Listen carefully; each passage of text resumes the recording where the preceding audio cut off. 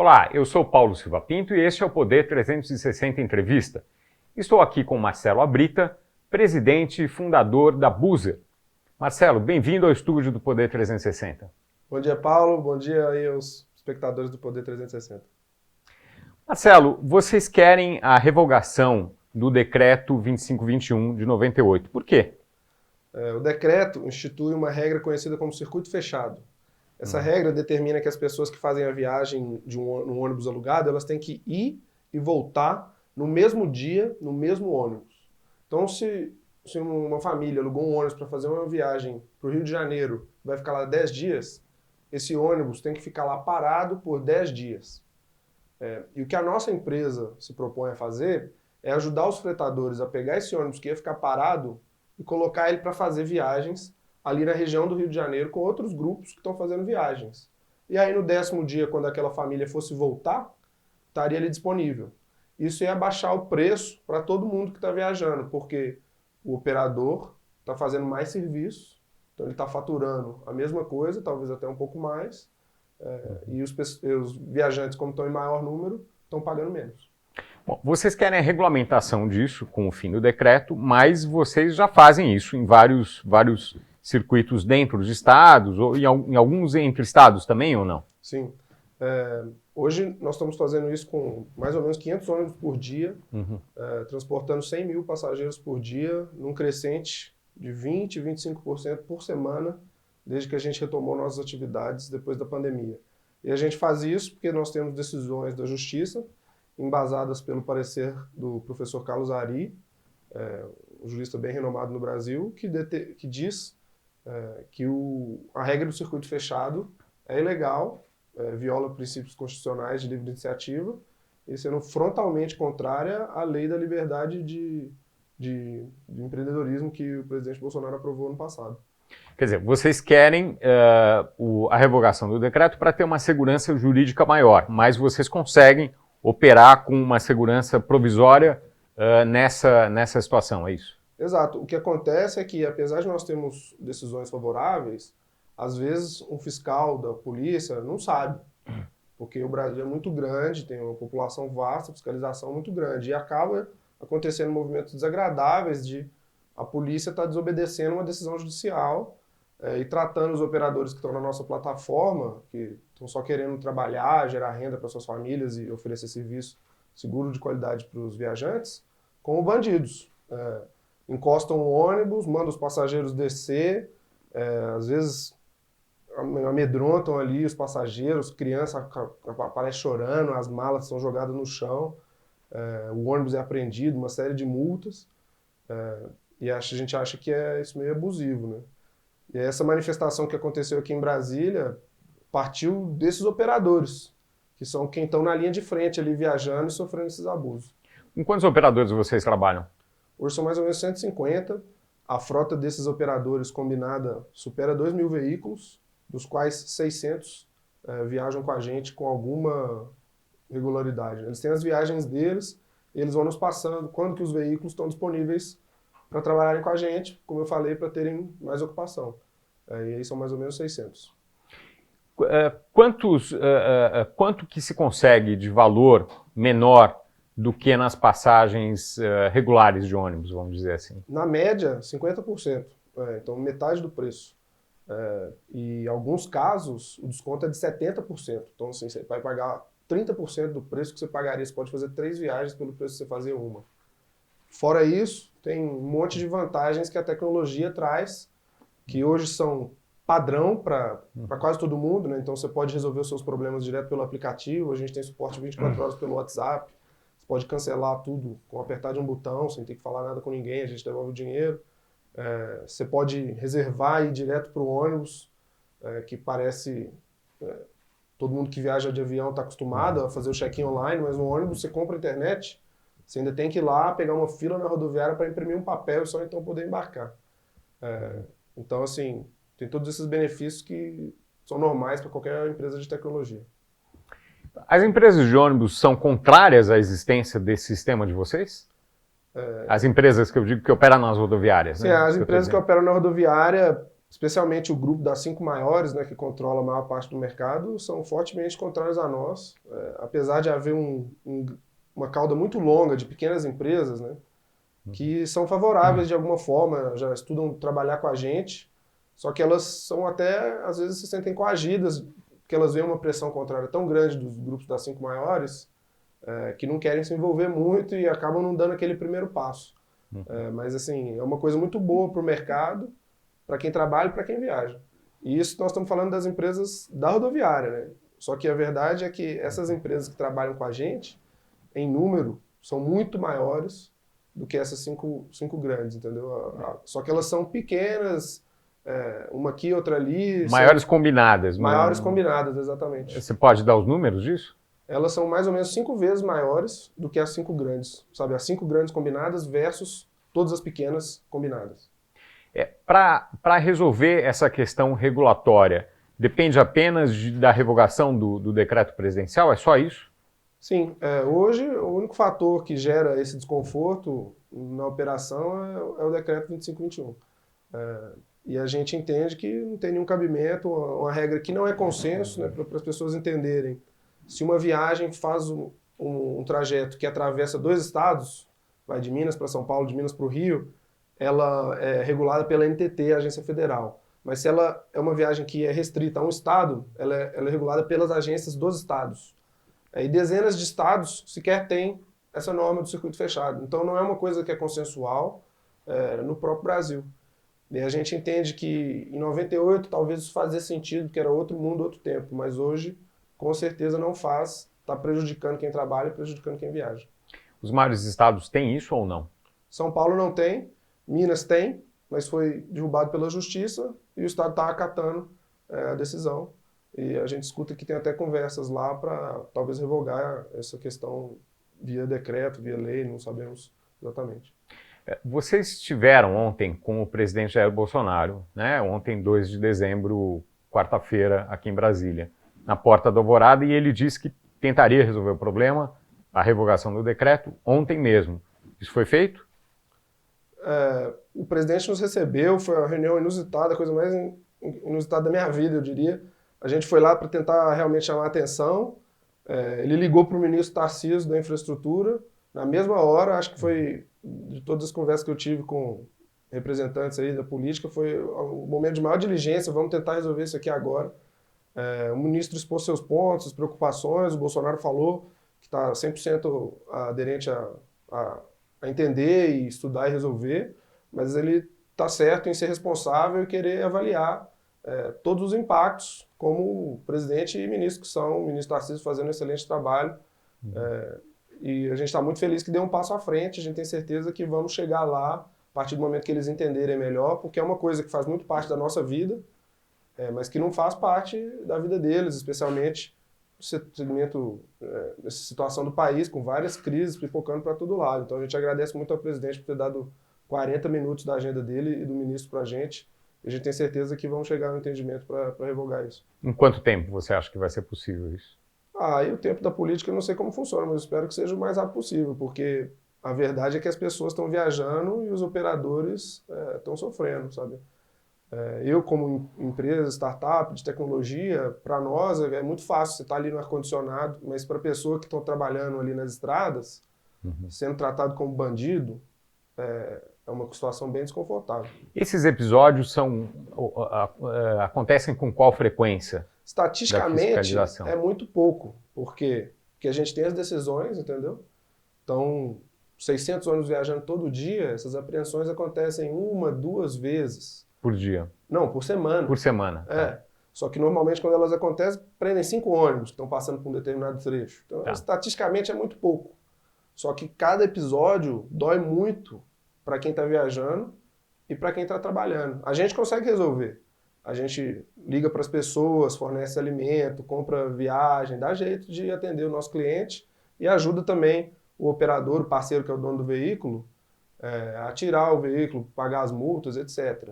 Só que é um incômodo muito grande, é uma coisa importante, né? Na região sul do país, a gente teve uma decisão contrária, um entendimento de que não, isso não pode, etc.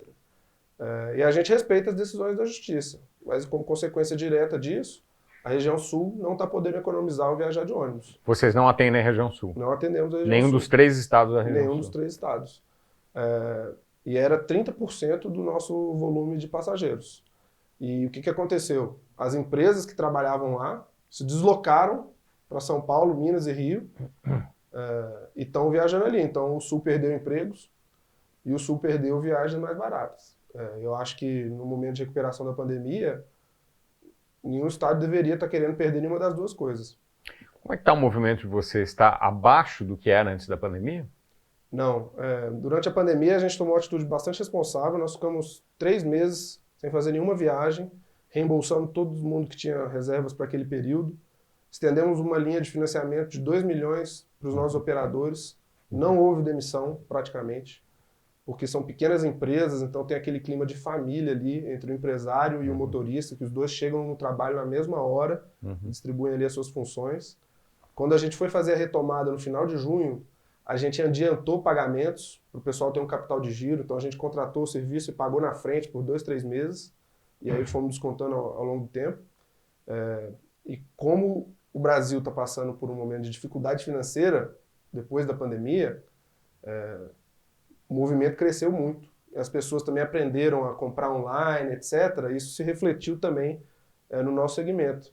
E aí o nosso volume hoje é 3 vezes maior do que o que era em março, quando a gente parou. E a gente escuta que o setor de viagens como um todo está em 50%, 60% do que era antes. Então a gente está 3 vezes maior frente ao mercado que está na metade. Então, assim, quem viaja está deixando muito claro qual que é a opção que eles estão fazendo nesse momento. Quantas viagens vocês fazem por dia e quantas faziam antes da pandemia? Hoje 100 mil passageiros, né? Por semana. Por semana. A gente olha sempre as coisas por semana, por porque semana, tá. é 100 mil essa semana que vem vão ser 110, 115 mil. O crescimento que as empresas tradicionais têm em um ano, a gente tem semanalmente. E isso é resultado de bastante trabalho, bastante dedicação e um produto que está atendendo uma necessidade de quem trabalha e quem viaja, né? Antes da pandemia, a gente estava ali 30, 40, por isso que eu falei o triplo, né? A gente ainda não chegou lá, mas estamos chegando. Mais 2, 3 semanas vamos estar lá. E a segurança dos ônibus durante a pandemia, em termos de contágio? O pessoal dos aviões diz que nos aviões é muito seguro, porque tem aquela circulação vertical de ar e filtros, enfim. Como é que é isso nos ônibus? Os ônibus têm essas características também e a gente segue os protocolos. Motorista com máscara, não encosta nos documentos das pessoas, álcool gel em todos os pontos de embarque, passageiros têm que viajar com máscara. Durante a fase mais crítica da pandemia, a gente limitou a capacidade dos ônibus a 50% e, obviamente, respeitamos as decisões regionais, né? Se uma cidade determina uma certa regra, a gente cumpre para aquela cidade e cumprimos tudo que está ali. E, obviamente, se houver, porventura, uma segunda onda, a gente espera que não, e houver novos fechamentos, a gente vai acatar, a gente não quer ajudar a propagar a doença, né? A gente ficou 3 meses sem ter nenhuma viagem, acredito que a gente foi a única empresa que fez isso. E voltamos a viajar porque a gente percebeu que as pessoas estavam viajando.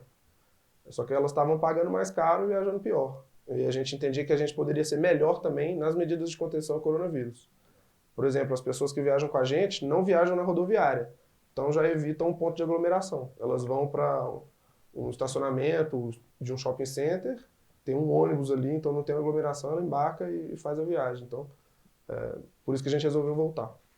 Vocês são uma empresa de tecnologia que organiza essas viagens e as empresas que fazem as viagens, que são donas dos ônibus, são outras empresas. Vocês, a Buser, tem concorrentes? Tem uma cooperativa do Sul, que começou um modelo bem parecido com o nosso, chama Forbus. Somos super parceiros, a gente apoia todo mundo que está introduzindo no mercado. E as empresas tradicionais de ônibus da rodoviária, antigas, elas também fizeram aplicativos que são semelhantes ao que a gente faz. No embarque nas rodoviárias, preços mais baixos, malhas mais dinâmicas, tentam otimizar o uso da frota, né? E a gente dá boas-vindas a qualquer competidor que aparecer, porque o nosso objetivo é muito claro de privilegiar o consumidor. E o nosso trabalho é conquistar o coração do consumidor para ele escolher a nossa opção. Essa do Sul, como ela consegue operar se justamente no Sul tem um problema regulatório maior? Pois é, são coisas curiosas. Acho que talvez pelo fato da gente ser um pouco maior, chama um pouco mais atenção. Eles podem, vocês não, é isso? E fazem exatamente a mesma coisa. E espero que continuem podendo, tá? Não é porque a gente foi proibido que eu quero que eles sejam proibidos, não. Eu só quero ter a liberdade também. Bom, além da revogação do decreto 2521, há projetos de lei que impedem o trabalho de vocês, não é isso? A maioria dos projetos de lei que a gente tem acompanhado são no sentido de caminhar para a liberdade, tá? Tem projeto de lei do deputado Kim Kataguiri, projeto de decreto legislativo do deputado Vinícius Poit. Ontem a gente teve com o presidente da Câmara, Rodrigo Maia, na presença do deputado Vinícius Poit, e o presidente escutou também todas as demandas e, de novo, com muita responsabilidade, vai dar espaço para o lado contrário manifestar seus pontos, mas a gente só quer que esse debate aconteça, porque a gente tem muita convicção de qual que é o caminho do futuro. A gente já viu isso acontecer quando as empresas de telefonia queriam atrapalhar o progresso do WhatsApp, quando as empresas de televisão queriam atrapalhar o projeto do Netflix, e hoje tem um grupo de empresas de ônibus que querem atrapalhar o projeto da Buser.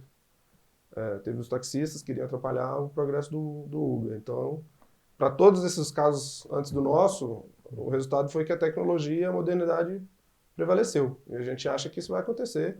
E a gente respeita os atores políticos que estão agindo de forma responsável, escutando os dois lados. Mas a resposta a gente acha que é bem clara.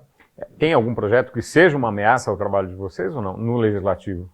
Não, não que eu saiba. Uma ameaça direta, não. Que propõe impedir ou criar mais restrições para o trabalho de vocês. Não tem isso. Não. Tá.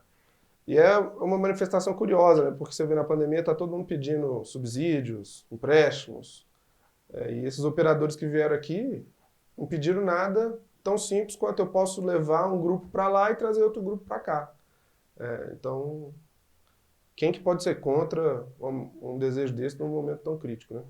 A que você atribui esse crescimento de vocês? São pessoas que viajavam de avião antes da pandemia, que viajavam de ônibus nas empresas das rodoviárias, que viajavam de carro, que não viajavam? Que tipo de gente está procurando mais o serviço da Buser? O nosso público-alvo, digamos assim, é o Brasil inteiro, porque você conversa com as pessoas, todo mundo já viajou de ônibus, até os mais ricos do país, até os mais pobres. E a gente vê todo tipo de comportamento. Por exemplo, na conexão Rio-São Paulo, a gente tem um ônibus que custa 120, 130 reais, ele inclina 180 graus, tem uma televisão e a poltrona faz massagem. Então essa viagem dura 5 horas e meia. A pessoa embarca meia-noite, chega às 5 e meia, 6 horas no Rio de Janeiro, dormiu como se estivesse em casa. É claro que isso é atrativo para a pessoa que estava na ponte aérea pagando 600, 700 reais. Por perna, ela vai e volta por 200, um terço do preço que ela pagava para ir para o Rio de Janeiro. Por outro lado, tem muita gente que é de classes mais baixas que está procurando um serviço ainda mais econômico, essa pessoa vai pagar 30 reais para ir do Rio para São Paulo. E aí o que acaba acontecendo é que ela viaja muito mais. Se ela morava em São Paulo, no Rio, estou usando essa rota aqui só porque são cidades que todo mundo conhece, mas isso se aplica para qualquer conexão.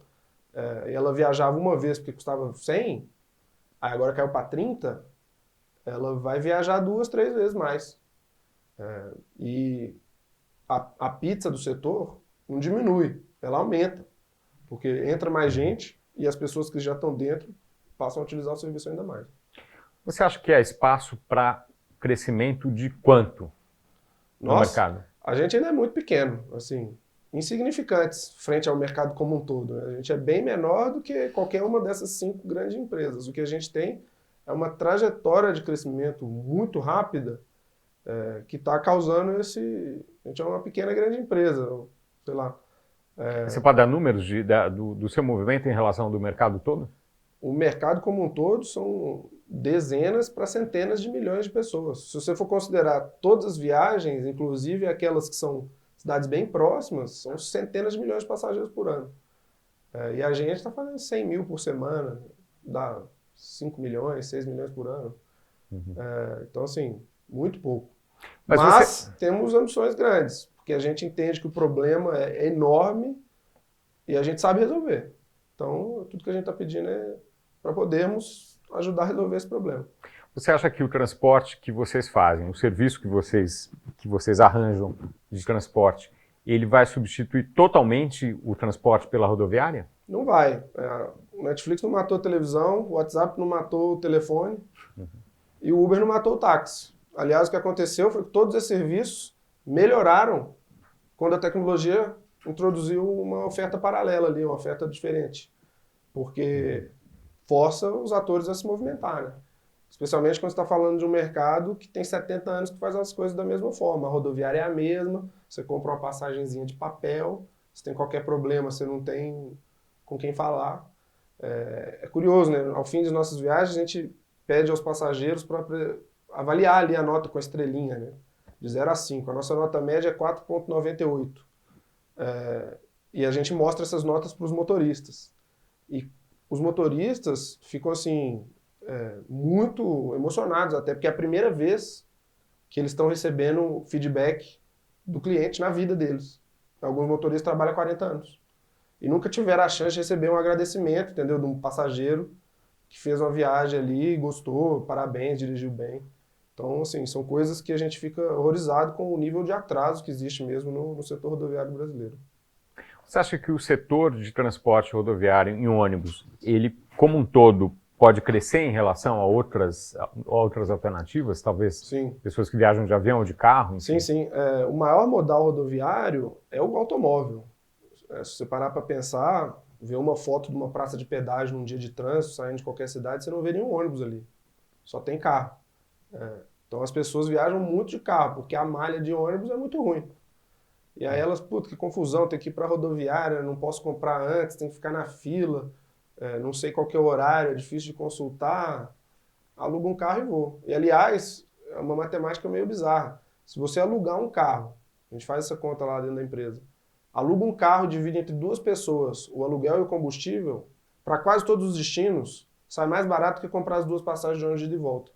Porque a passagem é muito cara, é isso? Porque a passagem é muito cara. Como é que isso pode ser sustentável? O aluguel de um veículo para levar duas pessoas, mais o combustível, ser mais barato do que uma viagem de ônibus que leva 40 pessoas ao mesmo tempo. Então, assim, realmente não faz sentido. Então, a gente entende que esse mercado vem perdendo passageiros, aliás, ao longo dos anos, e a resposta da indústria é uma resposta muito míope, né? Elas perdem passageiros, aí aumentam o preço para tentar manter o mesmo faturamento. Quando elas aumentam o preço, elas perdem ainda mais passageiros. E fica esse ciclo vicioso. E o que a gente está mostrando é que se você coloca o preço para baixo, trabalhando de uma forma diferente, com mais tecnologia, mais otimização da malha, as pessoas viajam mais e você volta a recuperar pessoas, volta a recuperar recursos para o setor. Então, assim, a gente não gosta de fazer previsões que a gente não controla, mas no caso do Uber e o táxi, né? Se você comparar o volume de viagens de táxi que existia lá atrás e o volume de viagens de táxi mais Uber que existem hoje, é mais ou menos 10 vezes maior. Então, assim, aumentou muito o tamanho da indústria do táxi.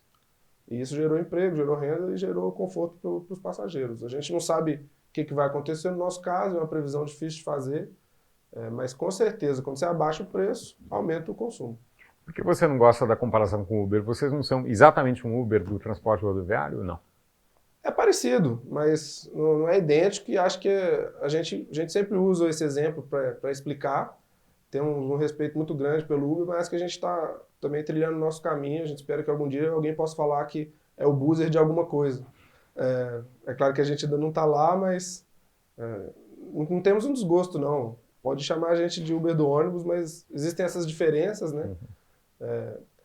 Por exemplo, no caso do Uber, né? Ele conecta direto com os motoristas. O motorista aluga um carro, compra um carro e vai trabalhar com o Uber. A gente conecta com pequenos empresários. Aí esses empresários contratam motoristas. Então, por exemplo, as questões trabalhistas que o Uber está enfrentando agora, no nosso caso elas não existem, porque existe um vínculo empregatício ali entre uma empresa e o dono da...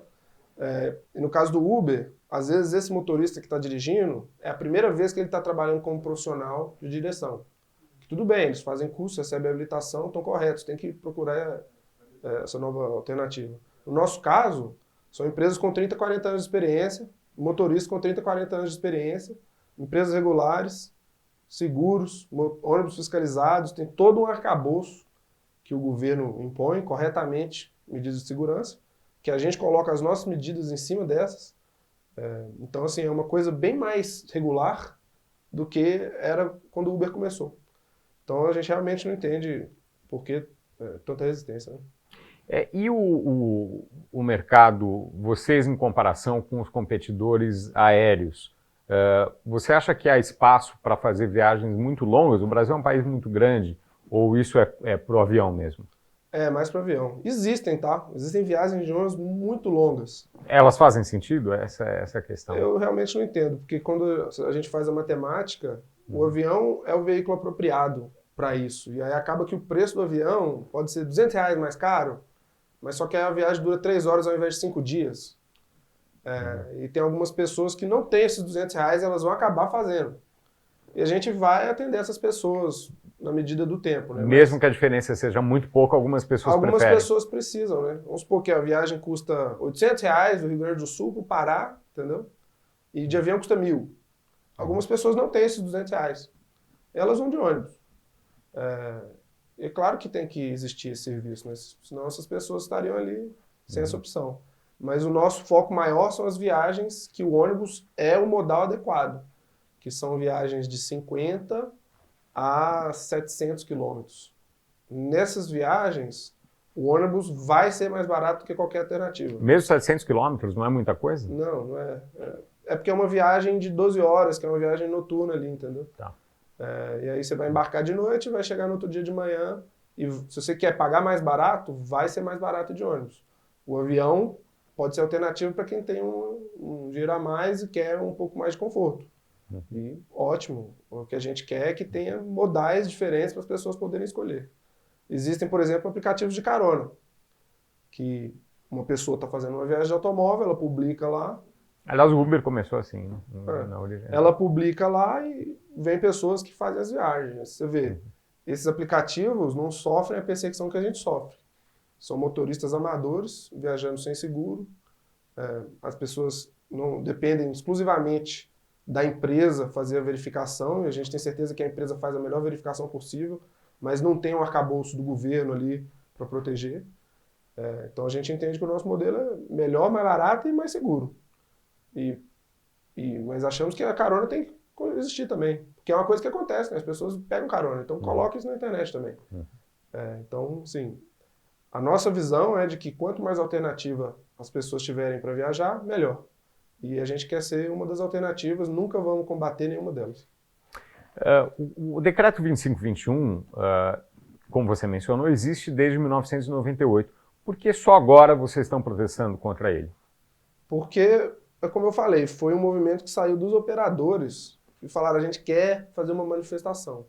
A gente já conversou com autoridades, trabalhando. Vocês já tinham falado sobre isso com a NTT? Conversamos muito com o Ministério do Turismo. O Ministério do Turismo é favorável à revogação. Já conversamos com membros da equipe do Ministério da Economia, que também é favorável. E o Ministério da Infraestrutura também é favorável, mas quer fazer um estudo um pouco mais detalhado. E isso já vem acontecendo há bastante tempo, né? O governo muito bem intencionado nessa questão. Só que os operadores que estão ali trabalhando, especialmente o pessoal da região sul, estavam indignados. Alguns parceiros a gente conseguiu realocar em serviços aqui no Sudeste, mas muitos ainda não voltaram a viajar com a gente. E eles estão vendo os colegas de outras regiões recuperarem da pandemia, voltarem a comprar ônibus, voltarem a empregar e ficaram indignados. E aí o pessoal foi lá e convocou a manifestação. A gente falou: vamos lá, a gente apoia vocês. A primeira vez que vocês procuraram o governo pedindo a revogação desse decreto foi quando? Faz quanto tempo? Começou junto com a empresa, um ano depois. A empresa é de 2017, certo? A empresa começou em julho de 2017, mas começou mesmo em março de 2018, porque nesse primeiro período a gente ficou captando investimento, estudando o que a gente podia, o que a gente não podia fazer, contratamos o professor Carlos Ari. E aí começamos mesmo em março de 2018, né? E aí crescemos muito de lá para cá. Então, desde 2019, vocês já procuraram o governo? Desde 2019 a gente já tem algum nível de interlocução e as conversas são produtivas. E a gente entende que o tempo da política, das decisões do governo são menores do que o nosso, e a gente sempre respeitou. Mas os operadores, sabe, a pessoa que está ali dependendo, é a única coisa que ela sabe fazer. Ela tem um ativo que custa R$1 milhão, está parado na garagem. Aí a gente oferece para ela uma alternativa para viajar. Ela fatura o valor que ela ganha o suficiente, que ela determinou, os passageiros pagam metade do que ele estava acostumado. Aí param essa viagem e falam, ó, o grupo que foi é diferente do grupo que voltou, desce todo mundo, o ônibus está preso, multado de R$ 7.000, vai ficar 3 dias parado num pátio e os passageiros que se virem. Aí o pessoal foi ficando indignado, né? Bom, mas faz mais de um ano que isso está em análise pelo governo. Não seria já o tempo disso ter sido resolvido ou não, na sua avaliação? Olha, eu enalteço ao máximo que eu posso a atenção que eles estão dando e entendo as preocupações. Agora, qual que é o tempo, eu não sei avaliar. Claro que a gente sempre espera que tudo possa ser mais rápido, mas eu prefiro olhar pelo lado bom de que está sendo olhado, que a gente tem certeza que vai resolver. E, por outro lado, eu tento acalmar os operadores também, falar, olha, calma, a gente vai conseguir, vamos dar tempo ao tempo, essas coisas são normais, né? Uma mudança que provoca um impacto grande na sociedade vai ter um impacto contrário que é legítimo, que não é, assim, sacanagem, digamos assim. O pessoal vai falar, não pode, porque é assim, blá, blá, blá, nossos argumentos, mas a gente tem certeza que nossos argumentos vão ganhar. A gente não quer nenhum atropelo, porque é daqui para frente, né? Não é para mudar e depois dar um passo atrás. Haverá novos protestos no futuro próximo, nessa semana na próxima? Eu não sei, vamos ver como é que os operadores vão se comportar, né? Na verdade foi o segundo, né? Teve um em São Paulo, porque como eu falei, em São Paulo não existe essa regra. E aí a Artesp, que é a agência do Estado de São Paulo, elaborou um projeto de consulta popular para introduzir essa restrição. Essa restrição no Estado de São Paulo. Isso saiu num sábado à noite, aí a gente não sabia. Em São Paulo a gente não tem nenhum caso de problema, porque não existe, então a gente opera muito livremente, é o nosso maior estado. E aí os operadores viram, chamaram a atenção, a gente perguntou para os sindicatos da categoria, todo mundo falou que não sabia de nada. E aí foi uma coisa assim muito rápida, né? Só no sábado, na quarta-feira teve uma manifestação em São Paulo. Em São Paulo a gente não conseguiu falar com o governador, aqui a gente conseguiu falar com o presidente, mas a gente acha que aqui a gente vai conseguir revogar e que em São Paulo essa medida não vai passar. Foram enviados mais de 120 mil e-mails de pessoas que viajam com a gente para a agência reguladora pedindo que isso não passe. E a gente tentou entender por quê, de onde surgiu essa necessidade, por que vocês estão querendo introduzir essa norma, e não aparecia nenhuma resposta conclusiva. O crescimento que vocês vêm tendo, você acha que ele é sustentável, que vai continuar nesse ritmo, vai crescer ainda mais? Qual a sua avaliação nos próximos meses? Vai crescer muito. Assim, a gente sabe muito bem fazer o que a gente faz, modéstia à parte. E os operadores são ainda melhores em fazer o que eles fazem, porque eles fazem isso há 40 anos.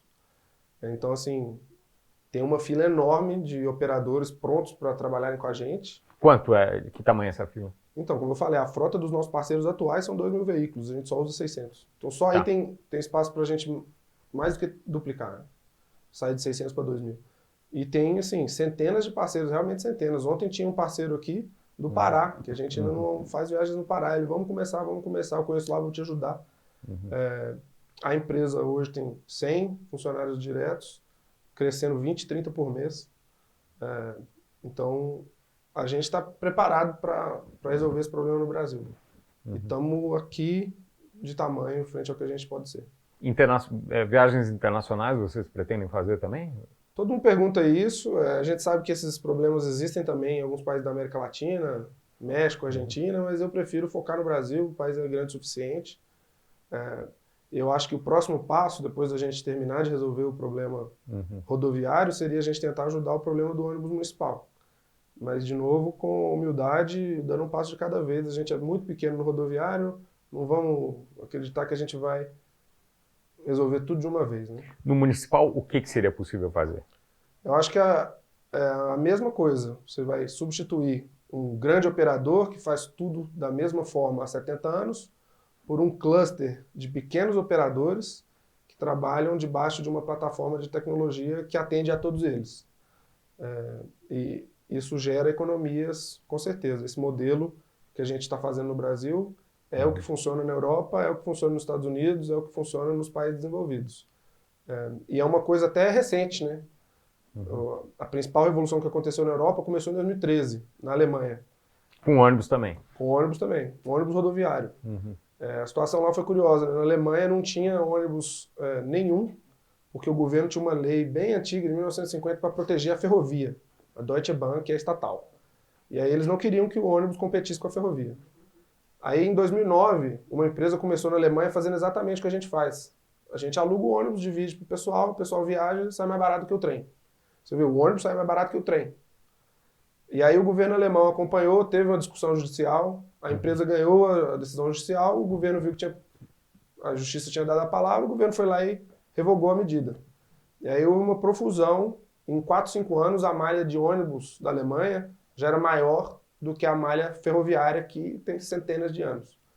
Aí, quando isso aconteceu na Alemanha, num processo tão rápido, a França, na presidência do François Hollande, o Emmanuel Macron era ministro da Economia, se não me engano, viu o exemplo alemão e fez a mesma coisa na França. Isso até ajudou ele a ser eleito presidente. E aí depois isso aconteceu na Itália, na Espanha, Portugal, e hoje a discussão já é no Parlamento Europeu de unificar essa regra para todos os países da Comunidade Europeia, porque já é consenso em todos os principais. E na Inglaterra e nos Estados Unidos já é assim desde 1980, né? São países de tradição mais pró-mercado, digamos assim. Mas você vê que a França fez esse movimento em 2015, que é um país que tem uma história de respeito aos direitos trabalhistas, à responsabilidade social do transporte. Então, assim, a gente não está querendo reinventar a roda, né? Isso é o que acontece no mundo desenvolvido. Caminhando já para o fim da nossa entrevista, esses exemplos internacionais serviram de modelo para você criar a Buser aqui? Ou quando a gente começou, a gente não nasceu para copiar eles. Mas eu fiquei sabendo da existência ali um mês dentro do projeto. E já visitei essas empresas na Europa, já visitei as empresas nos Estados Unidos para a gente procurar aprender. Esse mundo do empreendedorismo é muito de colaboração, né? E a gente sabe que essas empresas da Europa e dos Estados Unidos estão vindo para o Brasil também, estão só aguardando uma melhoria da situação regulatória que a gente está sendo pioneiro ali para lutar por ela. E a gente espera que elas venham, sim, porque o que a gente quer ver é o impacto para quem viaja no Brasil e para quem trabalha. Então, assim, não foi... Vamos copiar. A história da fundação é até curiosa, né? A minha esposa é inglesa, eu sou de Minas, a gente ia se casar e os parentes iam vir, né? E ela, pô, Belo Horizonte é super legal, mas tem lugares mais interessantes no Brasil. Vamos marcar o casamento numa praia, sei lá, para meus parentes virem, meus amigos virem e aproveitarem um pouco. A gente marcou de casar em Arraial da Ajuda, na Bahia. E aí alguns parentes deixaram para comprar passagem em cima da hora, ficou muito caro o avião. E aí a gente foi lá e fez a conta de quanto custaria para alugar um ônibus ou para comprar passagens de ônibus. E a gente viu que naquela oportunidade custava 30% do preço. Alugar o ônibus e dividir o preço pelos 30 passageiros, e o ônibus cabia 40. Então, foi feito isso, né? E aí eu pensei, pô, se deu certo 30% do preço, eu vou fazer um aplicativo que vai juntar essas pessoas que querem fazer as viagens, a gente vai cobrar ali uma taxa de comissão da empresa, o preço vai sair um pouco mais da metade ali, preço da metade, entendeu? 30% para ele, 20% para a gente, e a pessoa pagou 50%. E essa matemática simples, né? Isso foi em que ano? Isso foi em 2016. Aí eu conversei com a pessoa que hoje é meu sócio, um amigo de infância, estava no meu casamento. Ele, nossa, essa ideia é muito boa, vamos correr atrás. Você já trabalhava com aplicativos ou não? Não, eu sou engenheiro de formação, mas nunca tinha trabalhado com aplicativos. A Buser é minha terceira empresa. As outras duas eram projetos menos ambiciosos, uma importadora e uma operadora de estacionamento. Mas quando a Buser começou, né, foi uma trajetória tão rápida que aí eu aposentei as outras duas iniciativas e me dedico em tempo integral. Meu sócio também se dedica em tempo integral. E estamos aprendendo juntos aí há 3 anos com uma equipe brilhante lá atrás da gente. Muitos empregos que a gente gera de sabe, alto valor agregado, produções de tecnologia, produções de operação. A gente investe muito em segurança. A sede de vocês fica onde? A gente tem 3 sedes, porque quando a gente começou, né, sem recurso nenhum, eu morava em São Paulo, meu sócio em Belo Horizonte, e nascemos assim, um lá, outro cá. E hoje a gente tem sede em São José dos Campos, que a gente recruta bastante gente ali do ITA, né, produções de tecnologia, São Paulo e BH também. E vamos ter várias filiais, né? Não vai ser uma empresa que vai ter uma sede num lugar só, porque o Brasil é um país muito grande, muito diverso. Quando a gente for fazer coisa lá no Pará, a gente vai ter que mandar gente para lá. Não dá para... O ônibus é um assunto muito sério, né? Você está levando 40 pessoas na estrada a 100 km por hora. Então a gente trata essas coisas com muita seriedade. Todas as empresas trabalham com a gente vai visitar uma a uma, conhece as garagens, conhece os motoristas, conhece os ônibus. E não dá para você fazer isso de longe, como eu falei, sentado no ar-condicionado. Né? E é curioso, porque apesar da gente estar num crescimento muito grande, tem poucas empresas fazendo o que a gente faz, porque apesar de simples, é muito difícil. E a gente consegue porque a gente tem muita determinação e tivemos a sorte de encontrar investidores aí que apostaram que a gente ia conseguir resolver esse problema no país. Marcelo Abrita, muito obrigado por essa entrevista ao Poder 360. Obrigado por receber a gente. Eu agradeço a você também que nos acompanhou aqui no canal do Poder 360 no YouTube. Você pode saber de todas as novidades que há por aqui. Basta clicar no sininho no canto da tela. Até a próxima!